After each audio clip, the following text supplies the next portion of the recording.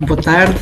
Estamos aqui neste formato dos diálogos da psicologia, livros para este tempo, num tempo que desejamos seja de fruição para todos e de diálogo proporcionado pela Ordem dos Psicólogos com outras áreas, e hoje com a literatura e tendo aqui como convidados especiais o Joel Neto e a Ana Margarida de Carvalho, a quem, do ponto de vista pessoal, e se me é permitido também em nome da Ordem, agradeço a presença e a resposta a este convite tão rapidamente feita e com tanto entusiasmo, que é também o meu neste momento. A sessão de hoje, os diálogos de hoje visam pensarmos sobre aquilo que podem ser leituras específicas para este tempo que vivemos, de elevado desafio, e que é também um tempo que obrigará a que outras leituras dele também façamos. Eu começaria por apresentar muito brevemente, para passarmos diretamente à conversa com os nossos convidados, a Ana Margarida Carvalho, que nasceu em Lisboa, tendo-se licenciado em Direito e exercido jornalismo durante 25 anos. O seu romance de estreia, Que Importa a Fúria do Mar, a este sexo, um segundo, Não se pode morar nos olhos de um gato, nomeado melhor livro do ano pela Sociedade Portuguesa de Autores, e tendo com ele sido finalista do Prémio Oceanos e vencido o Prémio Literário Manuel Boaventura. Estes romances, estes livros receberam também o Grande Prémio de Romance e a Novela da Associação Portuguesa de Escritores, e o seu mais recente romance tem um título bastante curioso, que é O Gesto que Fazemos para Proteger a Cabeça. O Joel Neto é romancista, colunista e repórter, tendo sido repórter, editor e chefe de redação de vários jornais e revistas portugueses. É também vencedor do Grande Prémio de Literatura Biográfica da Associação Portuguesa de Escritores de 2019 e, tendo escrito cerca de dezena e meia de livros de géneros distintos, é distinguido de modo particular com O Arquipélago e A Vida no Campo. O mais recente romance de Joel Neto, Meridiano 28, é lido integralmente num podcast partilhado semanalmente para a celebração do 75º aniversário do fim da Segunda Guerra Mundial e instauração da paz na Europa, o que se me afigurou, quando tal o percebi, como também um bom mote para a nossa conversa de hoje, porque temos aqui formatos também diferentes de fazer aceder livros num momento em que estamos todos, de alguma forma, em prol, enfim, da saúde nossa e de terceiros, de modo particular, de um outro, a reinventar formas de acedermos e de fazermos chegar a diferentes pessoas e às pessoas. E eu gostaria, se calhar começando talvez por aqui, de começar esta conversa sobre que tempo é este em que estamos e que, de alguma forma, nos permite fazer também várias leituras deste tempo, e quais são também os desafios da leitura e da escrita para o tempo de hoje. Quem é que responde, Vânia? A Ana Margarida, que faz essa pergunta, parece uma boa forma. Sim. Não, o objetivo da pergunta era precisamente perceber quem é que desejaria começar. Eu sou muito obediente, eu começo a achar que sim, senão... Por favor. É só porque, como nesta plataforma não nos podemos interromper, assim, é mais Sim, claro. sim. Mas, Por favor, mas, Ana Margarida. pronto, então em relação a estes tempos, que são tempos muito totalmente inverosímeis, não é? De repente parece que entramos num filme escrito por um argumentista um bocado sádico e bastante mau, porque eu já vi filmes de ficção científica bastante mais interessantes do que esta situação em que estamos a falar, não é? Que parece uma espécie de fim do mundo, uma espécie de apocalipse, enfim. O Joel não terá essa percepção, mas ter visto como eu vi as ruas completamente desertas de Lisboa, ou ter visto as pessoas a fazerem fila nos supermercados porque não podiam entrar, ou as pessoas a entrarem em pânico por causa de não terem máscaras, ou as pessoas com os voos cancelados no aeroporto a quererem regressar. Bom, todas essas situações são situações que nós já são familiares para nós termos visto, de as termos assistido na ficção, e de repente transpõem-se, quebram esta barreira e transpõem-se para a realidade. O que não é nada agradável, não é? E de que forma é que os livros podem ser também uma forma Exato, todos os dias de confrontarmos com esta realidade. Certo, todos os dias temos tido, por questões de segurança e também e de profiláticas de prevenção, somos aconselhados, e neste momento não aconselho, é mesmo uma questão de estado de emergência.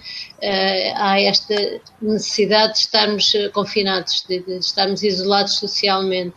E há uma secretária de Estado e uma ministra que dizem na televisão para lermos, por exemplo, pela primeira vez há um ministro que diz leiam aos portugueses. Não deixa de ser irónico, porque o governo sempre desprotegeu imenso o lado dos escritores, não é? Sempre pensou primeiro, para já na arte, sempre foi uma coisa esquecida, basta pensar que temos menos de 1% do orçamento para a cultura, mas dentro dos artistas todos, os escritores são os mais esquecidos, geralmente. E com esta, e desculpa interromper, Margarida, mas com esta indicação do leiam, e sendo a Ana Margarida, como referiu, tão obediente, obedeceu também a este repto.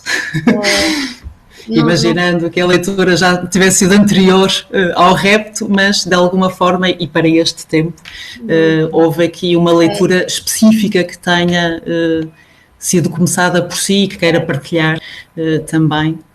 Certo, a verdade é que eu não sou assim tão obediente como está a dizer. Mas, quer dizer, estava só a tentar que não se gerasse alguma interferência aqui na nossa conversa. E portanto não, por acaso não tenho dedicado tanto à leitura, nem gosto de estar quieta quando me mandam, nem gosto de ler quando me mandam, nem gosto de escrever quando me mandam. Mas sim, claro que estou sempre a ler, estamos sempre a ler, isso é uma inevitabilidade, acho que nem conseguiria adormecer se não lesse qualquer coisa antes. Certo, e o que é que está agora então a ser lido? E por uma estranha, isto talvez possa ser interessante para um psicólogo, mas justamente o que eu escolhi para fazer uma releitura, mas é mais uma leitura porque é um livro que se pode ler de várias maneiras, é uma grande obra-prima da história da literatura, que é o Ulisses do James Joyce, que é uma grande deambulação de uma pessoa que está totalmente livre e que passeia o tempo durante 18 horas, não é? Passeia por Dublin o tempo inteiro e vai comunicando com a imensa gente, que é justamente o que nós não podemos fazer, não só andar por aí à vontade, e não só também comunicar e contactar com vários microcosmos daquela cidade, e por se calhar foi o meu inconsciente, não sei, que escolheu aquele. Ok, obrigada, Ana Margarida. E o Joel, o que está a ler neste tempo? Bom, eu estou a ler várias coisas ao mesmo tempo, como é mais ou menos típico de alguém que trabalha com as palavras e com a escrita. A leitura é um instrumento da escrita e, portanto, como eu escrevo várias coisas ao mesmo tempo, trabalho na ficção, mas também sou cronista, etc. Tenho de ler várias coisas ao mesmo tempo. Mas Eu não tenho a certeza, eu tenho ouvido um pouco por todo o lado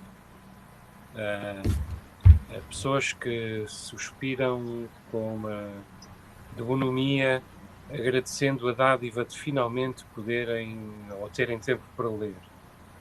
Eu acho que não é muito fácil ler neste momento determinado tipo de literatura, pelo menos uma literatura mais meditativa, digamos assim, uma literatura que exija um grau de concentração maior. Eu tenho esta experiência, estou mais disperso neste momento e por estar mais disperso, as escolhas que tenho feito nas últimas semanas são menos meditativas, digamos assim. Eu acredito que a literatura tem diferentes expressões possíveis e concretizadas. Neste momento, o tempo que vivemos é marcado por uma literatura que nos grita bastante ao ouvido, tanto do ponto de vista do conteúdo como do ponto de vista da forma, que, como todos sabemos, também é conteúdo. E eu tendo a pensar, não apenas pela minha própria experiência, mas pelas experiências que vou trocando com os meus amigos e colegas escritores também, que todos nós neste momento estamos com necessidade de regressar a uma literatura mais narrativa, em que a melodia e a atmosfera estejam acima do impulso formal, mas que, no entanto, seja dotada de alguns cavalinhos de Troia que fazem, ou pelo menos pretendem fazer, exatamente o mesmo papel que a literatura contemporânea hoje tende a gritar-nos ao ouvido, mais uma vez, tanto do ponto de vista da forma como do ponto de vista do conteúdo. Muito concretamente, neste momento, uma das coisas que estou a ler é Karen Blixen, que é uma autora de que eu gosto muito, nomeadamente os contos e os contos góticos, ou tendencialmente góticos dela, são textos que eu gosto muito, mas nunca tinha lido o África Minha, que ainda por cima deu origem a um filme que, não sendo cinema de altíssima qualidade, me marcou muito na reta final da infância. E estou a ouvir a Karen Blixen a ler-me as suas memórias com a voz da Meryl Streep. E este jogo de melodias e de atmosferas, a possibilidade de encontrar uma atmosfera com a qual eu já tinha uma certa intimidade, uma voz com a qual também já tinha intimidade. Este jogo de atmosferas, de intimidade, de melodias, está a permitir-me usufruir do texto também de um ponto de vista intelectual e filosófico, e talvez uma literatura mais ruidosa, como é grande parte da literatura contemporânea, não seria talvez capaz neste momento de fazê-lo comigo. Ok. Portanto, ambos parecem estar aqui a conjugar a ideia de que, sendo para alguns visto, e o Joel dizia isto, para alguns visto como tempo para ler, o Joel sublinhava aqui a necessidade de se ajustar o que se lê face ao tempo, existindo de facto formas várias de ler este tempo também, e parece-me, e aqui parece-me estar em consonância, de alguma forma, um tempo para variar leituras, e o variar leituras que pode ser também, no caso específico da Ana Margarida, também revisitar livros, que é também um exercício que obrigará, ou que permitirá, melhor, ler de uma outra forma, parece-me. Não sei se estão de acordo em relação a isto, se isto é uma experiência da qual partilham, Ou seja, de alguma forma, quando um livro se lê, num dado momento, outro livro é lido, de algum modo. Eu gostaria de vos ouvir, e aqui o desafio era, de modo claro, o de fazerem propostas de livros para este tempo, e eu gostaria, depois de saber o que estão a ler, o que é que identificariam como a primeira proposta de leitura para este tempo? Sou eu, suponho, é isso? Por favor, Ana Margarida.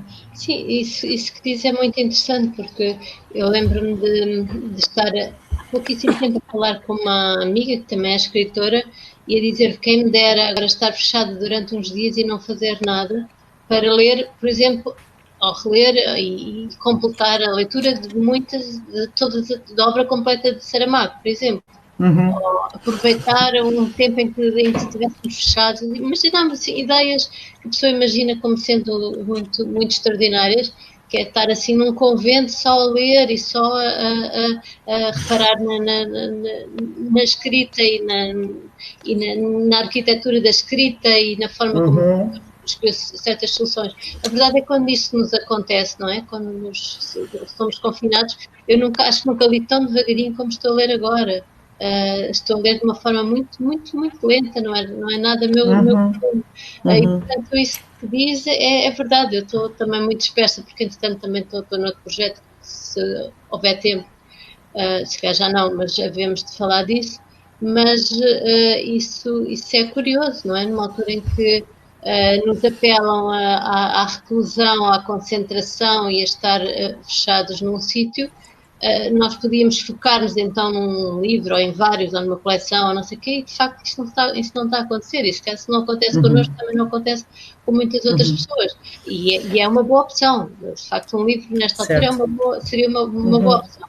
Agora, os livros que me pareceram, e eu estive a fazer aqui uma lista, eu avisei logo que não ia encontrá-los, não ia ter tempo e que não ia fazer tipo professor Marcelo, não é? Que tem aqui uma Exato. vai aconselhando. Mas, quer dizer, o que me parece, o que me saltou logo à cabeça é o mais óbvio, que é o Xavier de Maistre, não é? Que é um autor dos finais do século XVIII, princípios do século XIX, que fez uma espécie de paródia à literatura de viagens, que na época era muito, muito corrente. Os escritores viajavam para sítios exóticos e depois descreviam as suas viagens, tipos da África e tal. Então o Xavier de Maistre deve ter tido uma vida bastante atribulada, basta dizer que ele era francês, mas era um militar francês, mas passou-se para o lado dos russos, portanto eu acho que ele morreu até em São Petersburgo, por causa também de um duelo, uma cena assim, teve que ficar em uma espécie de prisão domiciliária, e então faz uma paródia a essa literatura de viagens, fazendo uma viagem à volta do meu quarto, em que em que ele descreve os objetos, em que ele descreve a decoração, em que ele faz do trajeto da cama até ao sofá toda uma espécie de uma viagem com explorações em volta, e é engraçado também, quer dizer, é claro que é uma espécie de precursor, ele abre a porta para o romance moderno, não é? Obviamente que é uma paródia, mas como dizia Kierkegaard, não é? Todas as épocas acabam com a paródia da sua própria época, portanto, estamos para acabar com aquele fulgor da literatura de viagens. Ele fez uma literatura de uma não viagem, porque depois fez também que é uma outra viagem também. Ela foi expedição noturna à volta do meu quarto, não sei se terá tido o mesmo sucesso, mas esta foi a primeira ideia que eu tive como leitura em reclusão, que é outra literatura feita em reclusão. Mas posso dizer mais, se calhar passava para o Joel. Sim, ouvimos também o Joel e depois regressávamos assim, pode ser desta forma? Pode. Viajamos até os Açores de novo, Joel. A minha experiência, há pouco a Ana Margarida dizia, e muito bem, que eu não posso ter uma noção exata daquilo que se passa neste momento nas grandes cidades. A dimensão distópica que simplesmente olhar para as ruas de Lisboa esmagadoramente vazias induz. Eu vivo na Ilha Terceira, além disso vivo numa freguesia rural ou semi-rural da Ilha Terceira. Tenho alguns vizinhos, mas são poucos aqui perto, e, portanto eu não tenho esse impacto. Talvez porque tenho uma experiência exatamente oposta à da Ana Margarida. De alguma maneira, o primeiro livro que eu se calhar sugeria é também ele exatamente oposto, ou de alguma maneira oposto ao da Ana Margarida. Eu tenho ouvido tenho ouvido dizer muitas vezes que o Ensaio sobre a Cegueira é um extraordinário livro para ler neste momento. E é evidente que eu próprio me lembrei dele, e eu próprio em fevereiro já tinha revisto o filme do Soderbergh, e é absolutamente impressionante como a dimensão profética que a arte às vezes tem em relação à realidade. Mas eu escolheria outro livro de Saramago neste momento. Escolheria O Ano da Morte de Ricardo Reis, que parte de um dos... peço desculpa por este gesto. Estou a ficar sem bateria no telemóvel, mas vai ser suficiente. Que é O Ano da Morte de Ricardo Reis, e que parte de um verso de Ricardo Reis, que é: sábio é aquele que se contenta com o espetáculo do mundo. E essa é um pouco a experiência que eu estou a viver neste momento. Eu tenho, do ponto de vista pessoal, uma série de condições que me deixam um pouco defendido, não propriamente da pandemia, mas dos efeitos sociais da pandemia. Eu já trabalho em casa há muito tempo, e, portanto, não há grande alteração de rotina. Eu gosto de estar em casa, tenho um jardim e, portanto, tenho como me ocupar até do ponto de vista escapista, ficando em casa. Eu não tenho filhos e, portanto, há uma série de preocupações que os pais que estão fechados em casa com filhos têm de ter, e eu estou a salvo deles, sou privilegiado, portanto, deste ponto de vista em particular. E estou sentado nestas imensas janelas que nós agora temos sobre o mundo, cada uma com o seu filtro particular, a assistir ao espetáculo do mundo, da mesma maneira que Ricardo Reis assistiu ao espetáculo do mundo no ano em que morreu, em que regressou do Brasil, e em que andou por Lisboa e, inclusive, conheceu o amor no ano da sua morte. Mas, sobretudo, este profundo existencialismo, este é talvez o mais existencialista de todos os livros de Saramago, que é talvez a minha maior referência na literatura portuguesa e na literatura lusófona, provavelmente. É o mais existencialista dos livros de Saramago, e é um livro que dialoga muito bem com este tempo que nós vivemos, precisamente porque tem de haver uma perplexidade existencialista individual, como é próprio do existencialismo, evidentemente,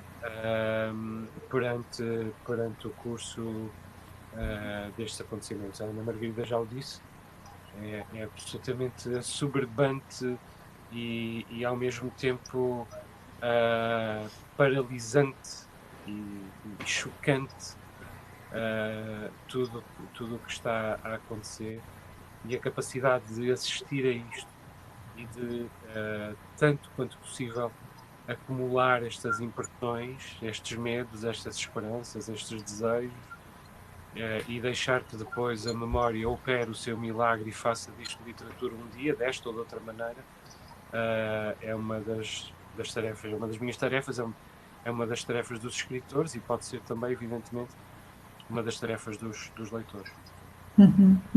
Obrigada. E de viagem e sabedoria na contemplação do espetáculo do mundo, voltaríamos à Ana Margarida com uma outra proposta, pode ser? Quer que eu diga outra proposta? Eu também me ocorreu um livro e pensei logo nele quando me vi nesta situação de confinamento e de isolamento e de não poder sair à rua e não poder ir visitar os meus pais e não poder estar com os meus filhos. Lembrei-me de um livro que está muito esquecido, que é do Orlando da Costa, que se chama Podem Chamar-me Eurídice. O livro saiu em 64 e foi logo apreendido, mal foi editado. E foi censurado e foi queimado e desapareceu o livro de circulação. Não sei se ficaram alguns para algumas pessoas que tenham apanhado e lido na altura, mas terão sido poucas. Mas é um livro que se passa todo ele, que se centra em duas personagens que são dois jovens universitários, um homem e uma mulher, que estão jovens que estão fechados numa casa. Todo ele se passa no mesmo sítio, ao ponto que aquilo quase poderia ser uma peça de teatro, e o ambiente é todo ele muito opressivo, muito assim uma espécie de anel que cerca e aperta. A ameaça está lá fora, é tudo dado. É um filme, desculpa, mas aquilo é muito. Dá a ideia de facto de ter de haver uma imagem, mas todo o livro se passa e tudo está escrito, porque havia censura naquela altura, quase assim como uma filigrana, com muitas pinças, com muitas cautelas, com muita suavidade, com muita elegância. E as coisas são muito ao nível do simbólico, portanto nós sentimos que há ali uma opressão, sentimos que há uma chuva constante que cerca aquela casa, porque está sempre a chover, há pouca luz, e todos os gestos, todas as pequenas todos os pequenos movimentos, até os tremores dos dedos, são descritos pelo Orlando da Costa, para nos mostrar o que era na altura aquele cerco e aquela ameaça, que era a polícia política, não é? Que os poderia encontrar naquele sítio onde eles estavam clandestinamente escondidos. E é um livro que eu até tenho aqui, e eu até fiz um prefácio que tem esta capa. Eu até fiz um prefácio. Afinal, conseguiu trazer alguns livros, Ana Margarida. Porque eu fiz o prefácio que não à mão e foi uma coisa recente. Saiu há pouco tempo. Eu tenho a ideia que se comemora. Este é o Orlando da Costa. Mas era numa altura comemorativa qualquer que eu agora não consigo encontrar. Não sei se era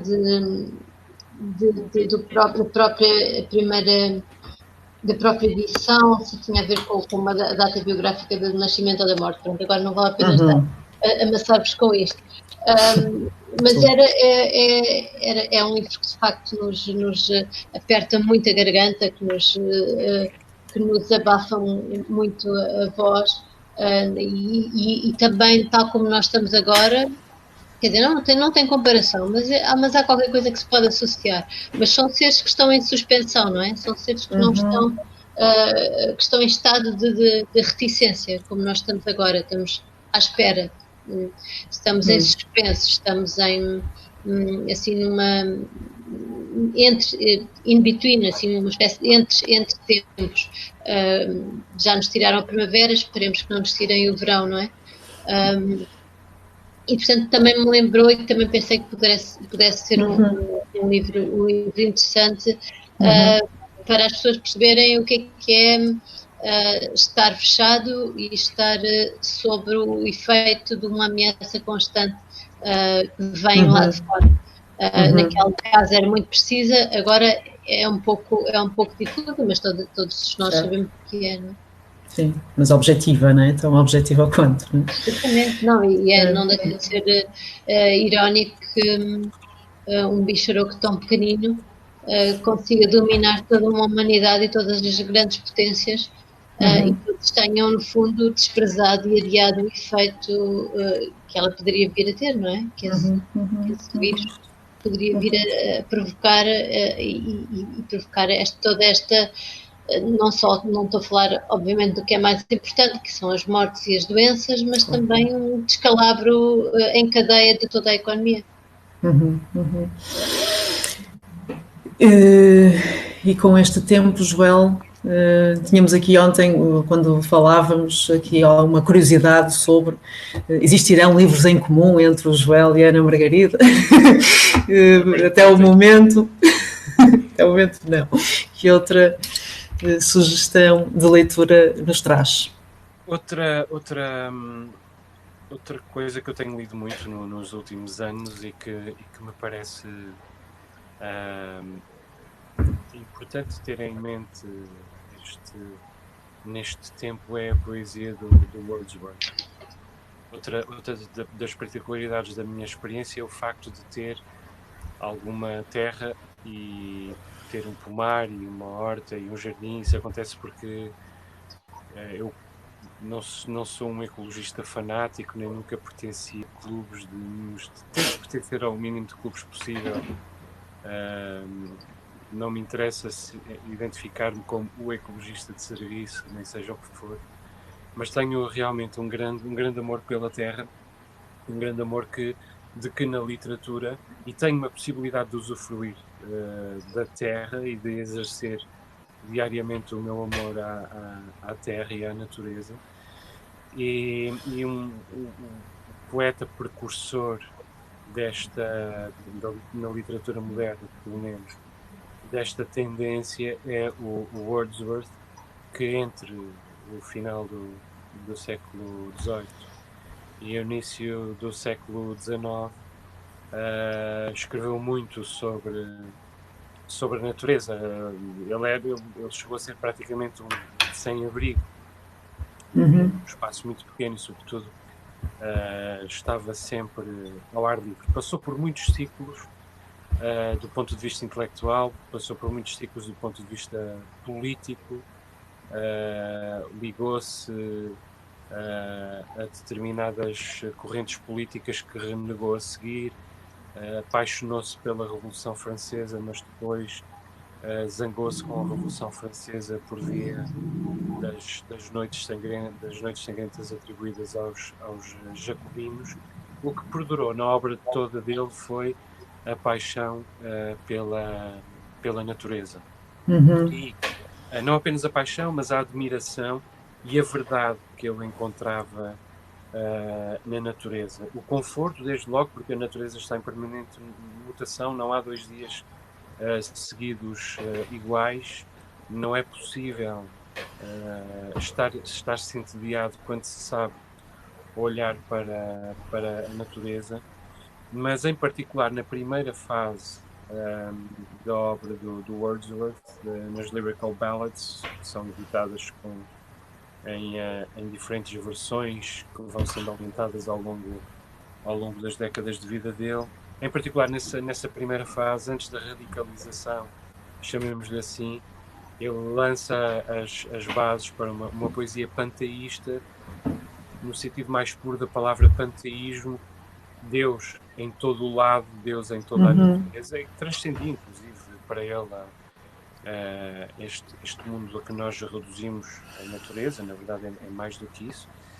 O próprio coronavírus é um elemento da natureza e nós não podemos esquecermos disso. A natureza também pode ser cruel, e é cruel muitas vezes, mas ele cantou a natureza como poucos, inspirou Thoreau e depois inspirou muitos poetas e escritores ao longo do século XX. Portanto, a minha sugestão são as Lyrical Ballads, que é de uma fase um pouco mais ingênua da vida dele. E se eu pudesse ler aqui 3 ou 4 versos, por favor. Eu vou ler o poema inteiro, porque os poemas são grandes. Este poema chama-se Versos deixados num assento ao pé de um teixo próximo do lago Eastway, num ermo desolado da margem, dominado um belo panorama. E os primeiros versos dizem assim: não, viajante, descansa, este teixo à parte está dos homens, e que tem que aqui regato algum se estenda à erva e que a abelha aborreça estéreis galho. Porém, se a aragem for gentil, as ondas que quebrem contra a costa hão de embalar-te com um doce impulso a salvo do ócio. E eu acho que esta dimensão que a natureza tem para nos pôr a salvo, não apenas do tédio, mas até do próprio ócio, numa relação ativa com ela, é outra das possibilidades que nós temos a juntar àquela de sermos espectadores deste espetáculo para um dia fazermos alguma coisa desta matéria absolutamente fascinante, por muito dura e cruel que está à nossa frente, a possibilidade de recorrermos à natureza para, de algum modo, exercermos o escapismo em relação a esta realidade. É outro dos aspectos que eu gostava de sublinhar. Sim, obrigada. E regressamos a Ana Margarida. Sim, com outras sugestões de leitura que queira partilhar. Bom, não sei, posso fazer uma lista, mas eu fiz um último romance que referiu o gesto que fazemos para proteger a cabeça, e nesse romance agradeço a 3 livros, nos agradecimentos finais, agradeço a editora, as pessoas, enfim, que me ajudaram no livro, mas agradeço também a 3 livros que me ajudaram a perceber coisas. Nomeadamente, um deles é da Ellen MacDonald, que é uma escritora britânica, e é um livro de não-ficção e ganhou um prémio importante em não-ficção, em que ela perde o pai e para fazer esse luto tenta amestrar ou domesticar, não sei bem como se diz, um Açor. Um Açor é um falcão maior e é uma máquina de matar. É homenagem ao Joel. À terra de Joel. Eu acho que isso foi uma... Certo, sim, mas a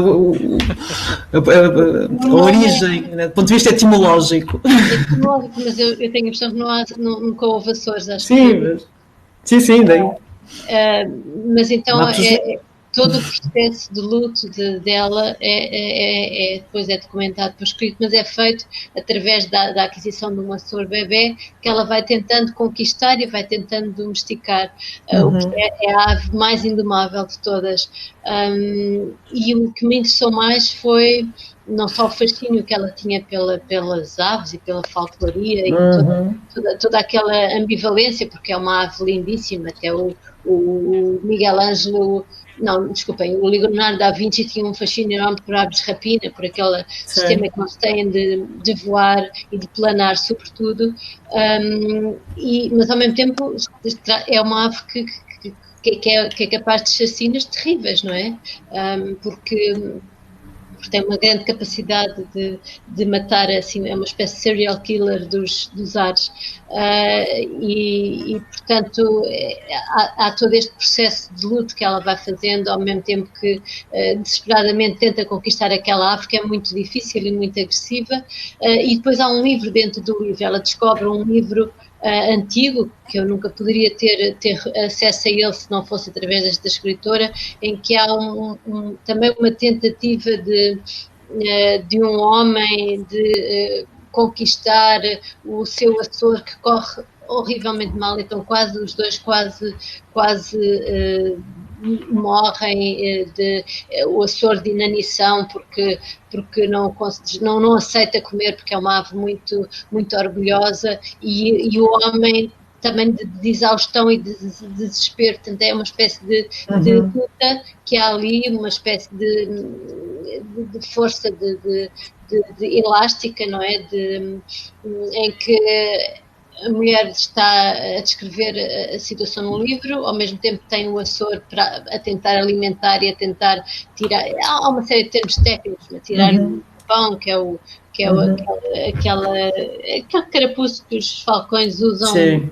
E que Estou um pouco sem, sim. E há uma série de etapas que ela tem que conseguir e vai conquistando, e ao mesmo tempo vai-se libertando da sua dor que é a dor dessa perda. Eu com este livro percebi mais esse fascínio por esta ave tão mortífera, e eu também pus um falcão no meu livro, e foi um bocadinho, o agradecimento foi um bocado na base disso. Outro agradecimento que eu fiz foi aos Mares do Fim do Mundo, que foi um livro escrito nos anos 50 pelo Bernardo Santayana, que este ano completaria 100 anos, deveria-se estar numa ocasião normal a fazer uma série de comemorações, porque é considerado o grande dramaturgo do século XX português, mas fez estas crónicas porque resolveu embarcar naqueles barcos, ele era médico, naqueles barcos bacalhoeiros brasilianos, e foi com a frota de bacalhau para aqueles mares do norte, para a Terra Nova, não é? São crónicas interessantíssimas que registam ao mesmo tempo a dureza daquele ofício, daquele mar, daquele frio horrível, de como os homens pescavam a linha naqueles dórios, como às vezes tinham que se fazer amputações a bordo, e situações de delírio e de morte com os quais ele, como médico, tinha que lidar. E ao mesmo tempo há crónicas de um grande desalento, e depois há crónicas de um grande fascínio pelo mar, e portanto foi um dos livros que também eu aprendi um bocado o que era este ódio e este fascínio pelo mar, outra vez esta tensão e esta ambivalência presente, não é? Porque o homem adora tanto o mar e porque é que o homem odeia tanto o mar, e também percebi um bocadinho isso através deste livro.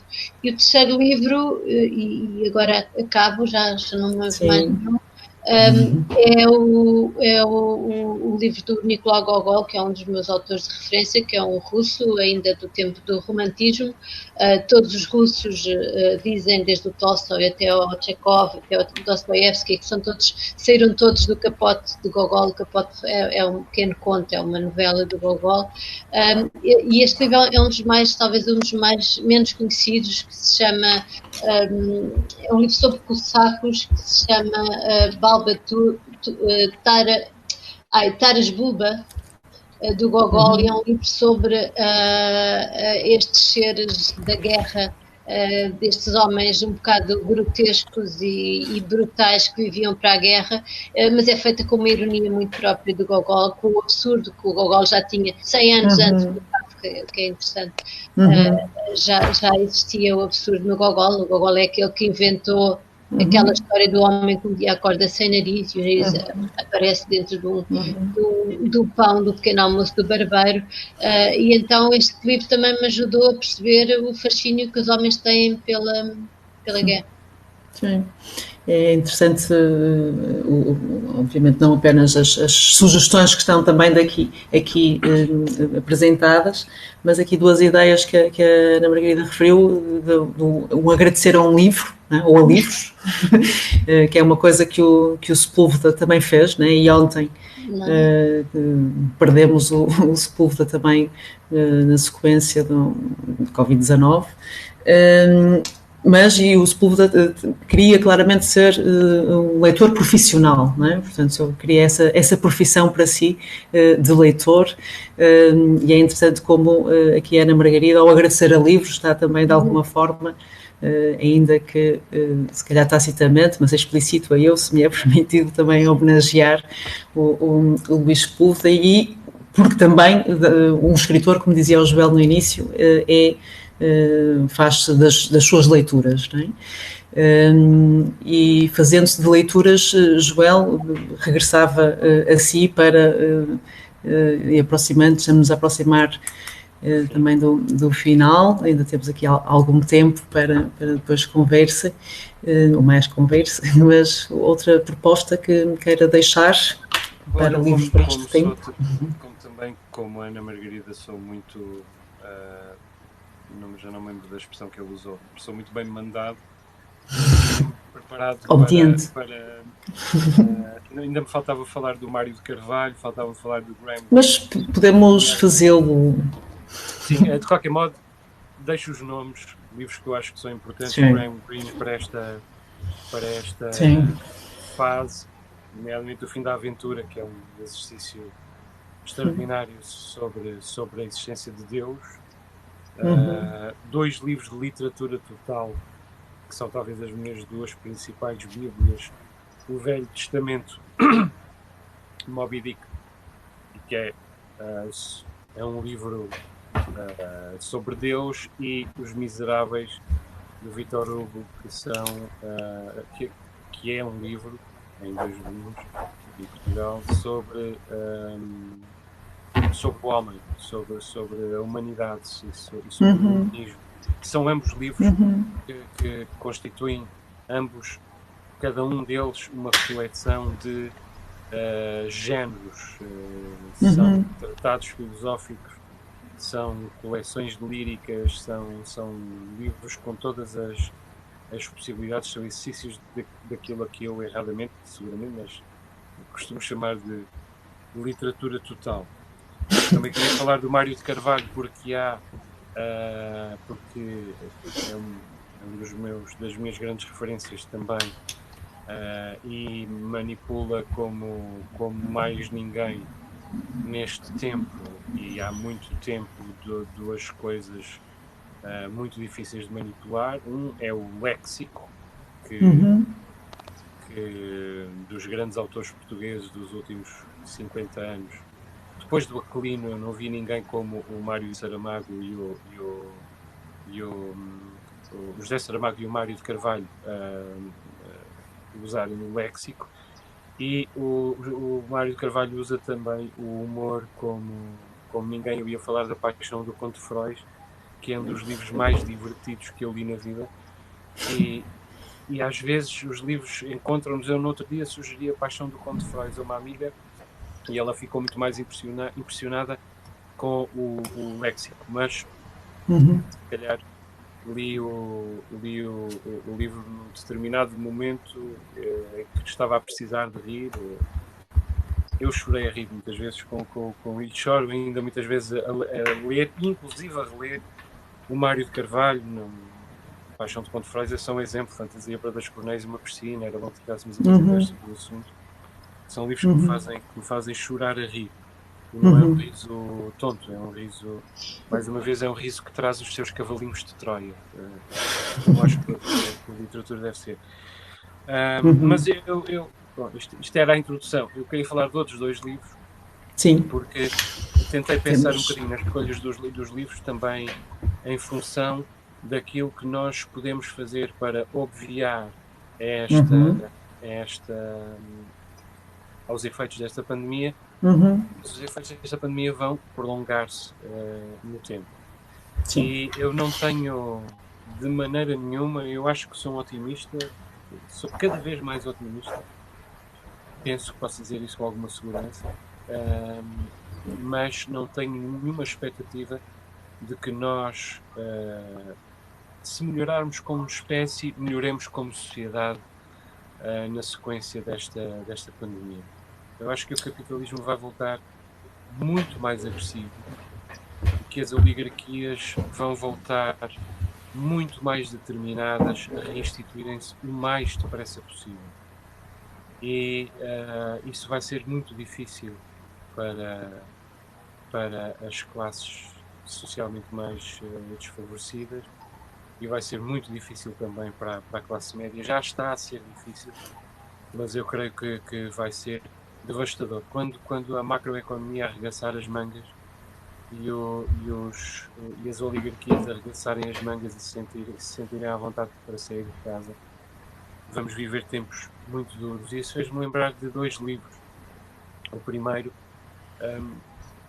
que é o As Vinhas da Ira, do Steinbeck. O Steinbeck sempre foi um autor mais popular, mais aprovado, apesar de ter ganhado o Nobel da Literatura sempre foi um autor mais ratificado pelos leitores do que propriamente pela crítica, um homem da literatura popular, mas também porque é um homem da literatura popular e conta nas Vinhas da Ira a grande odisseia, na sequência prévia aí, na sequência da Grande Depressão, os grandes êxodos e as absolutamente deploráveis condições de vida a que os operários foram sujeitos. Nesse tempo abre olhos, é um despertar, uma possibilidade de despertar para os efeitos que nos esperam, e para aqueles que têm a possibilidade de fazê-lo,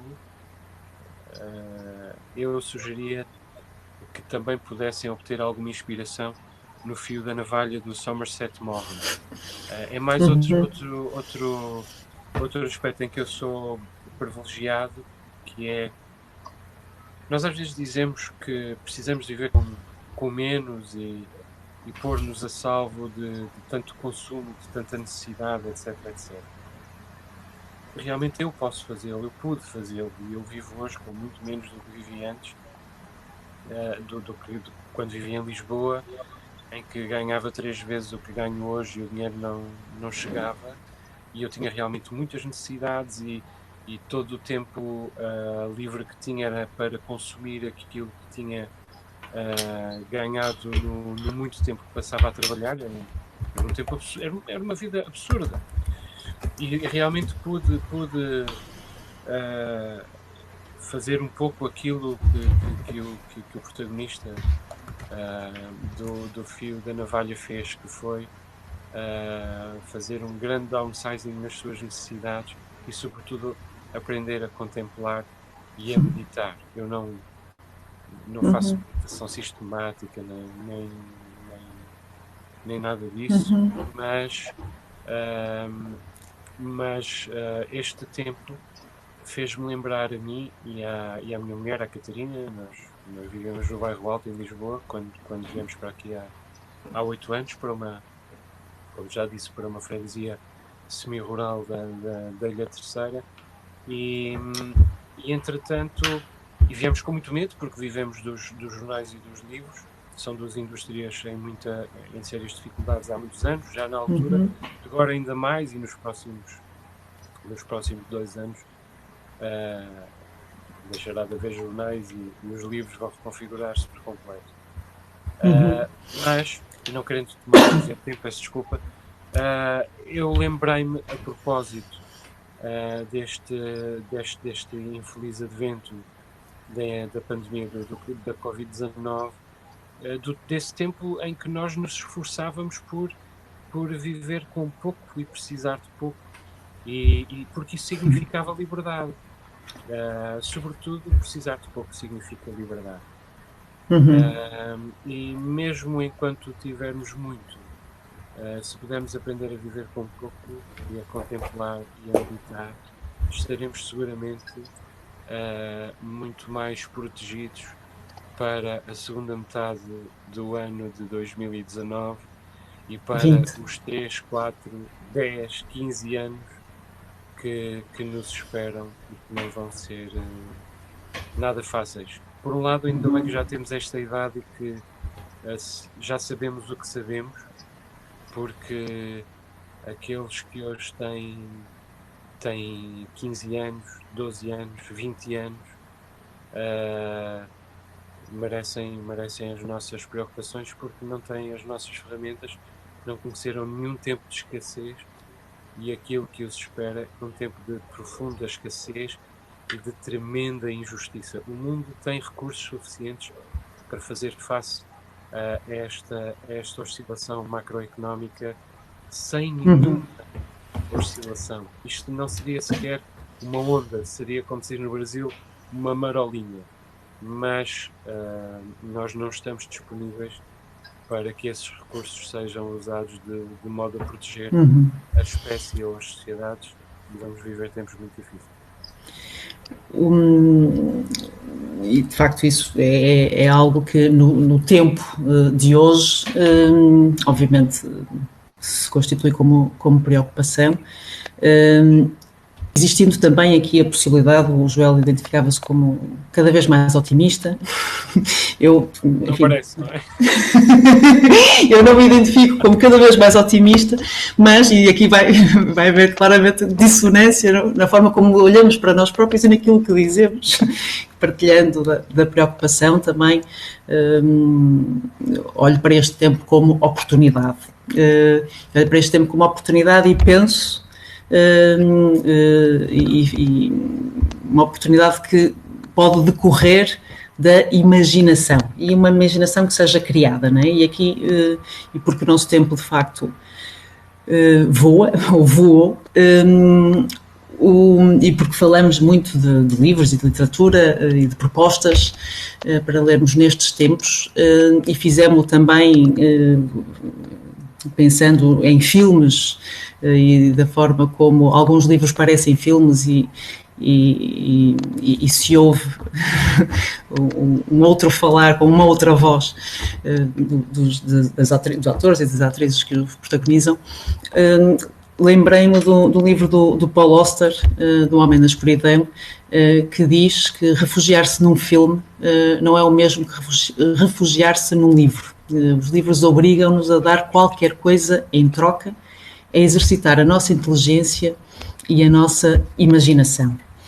E eu gostaria, e peço-vos 30 segundos para esta questão, o que é que, enquanto escritores, também o que é que gostariam de ler envolvido este tempo que sabemos ser de enormíssimo desafio. Fim deste tempo, o que é que gostariam de ler? Ou seja, o que é que gostariam que fosse lido sobre este tempo? Eu geralmente não me interessa muito ler sobre os tempos que correm, não é? Acho que o que existe de bom na literatura é estar um bocadinho acima das conjunturas, que vão passando, transitando, e a literatura fica. E também não sei se concordo muito com essa frase do Paul Auster, não é? Eu acho que nem toda a arte não pode ser um refúgio. Eu acho que o refúgio é que é... Sim, na verdade... Sim. A realidade a frase não é de Paul Auster, é um trecho de um livro de Paul Auster. Exprime-me mal. Entendo. Mas eu penso que o que é um refúgio é a realidade. As pessoas se refugiam na realidade porque se calhar aquelas, como diz o poeta, não têm nenhum grão de imaginação, precisam desse refúgio. E acho que, pegando naquilo que o Joel disse e no otimismo, acho que a alegria é um grande potencial de resistência. E conseguir manter essa alegria, acho que é fundamental.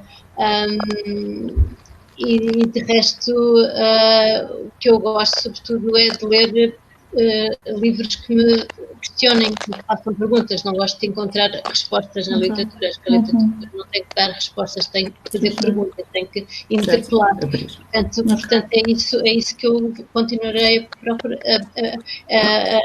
Eu continuo à procura nos livros que leio, é coisas que me revelem, que me surpreendam, que me façam transportar para outras zonas que não é minha. Muito menos deste mundo, muito menos desta realidade, muito menos desta pandemia. Sim. Não quero ler nada disso, não quero ler diários de quarentena seguramente. Sim, muito bem. Joel, vou ser ingrata consigo e pedir uma resposta em 15 segundos. Pode ser? Não, eu já falei demais. Ok. Pronto. Com a Ana Margarida, em relação ao Auster, à frase do Paul Auster, concordo inteiramente sobre qual é o papel da literatura. A literatura tem de exigir alguma coisa de nós. Eu gostava que nós pudéssemos um dia dizer deste tempo, como propôs Beckett, que tentámos de novo e falhámos melhor, vamos continuar a falhar. E também gostava que nós pudéssemos dizer, como disse um dia Joe Louis, o pugilista, quando pendurou as luvas, e que eu fiz o melhor que pude com aquilo que tinha. E é isso que eu tento fazer, e é aquilo E é isso que me faz ser otimista, Joel. É a esperança de que cada um de nós consiga fazer o seu melhor com o que efetivamente dispõe. E assim, também com esta ideia, findaríamos, agradecendo-vos de novo imenso pela presença e disponibilidade e por esta conversa que claramente sinto como tendo sido muito pouco tempo para o que poderíamos efetivamente falar, e muito grata de novo. Findamos então não sei o que disse, Joel, desculpe. Foi um gosto. Sim, e obrigada também pelo convite e também gostei muito. Os diálogos da psicologia só se fazem sentido se efetivamente dialogarmos. Muito obrigada de novo. Obrigada. Adeus.